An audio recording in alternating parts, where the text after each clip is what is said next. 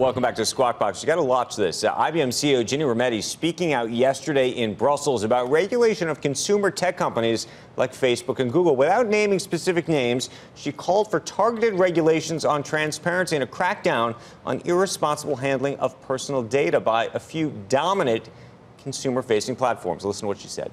I do think that if there are those specific companies that misbehave, there needs to be some action taken.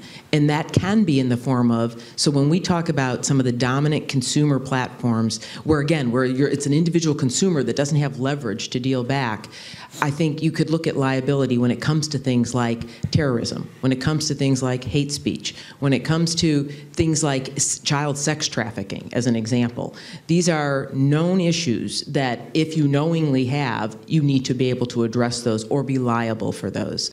Rometty is calling for a fact sheet that explains to consumers how their data will be used, how decisions are being made, and the ethical guidelines applied in design and development. And kind of surprising to see a CEO in this space. I mean, Tim Cook has done the same. But this is pretty aggressive. I mean, she's saying that they effectively should be held liable for what takes place, which I think is one step beyond what we've heard from some of the other tech giants. Of course, she's also in the enterprise business-to-business space, so it's a little bit easier to make some of these comments, perhaps, than when it's not your business model. Not, exactly. Right. There'd be some market cap envy there, too, right?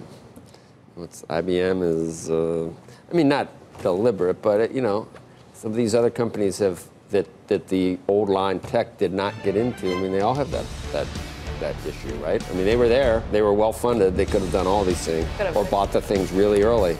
Right, years ago. Yeah. Years ago. But you kind of hear them circling the wagons on this. There's going to be more and more talk of this from Washington. And I'm not totally opposed to it. I mean, I realize now how much my problem. They're not paying. I'm not on. You're not, but anyway.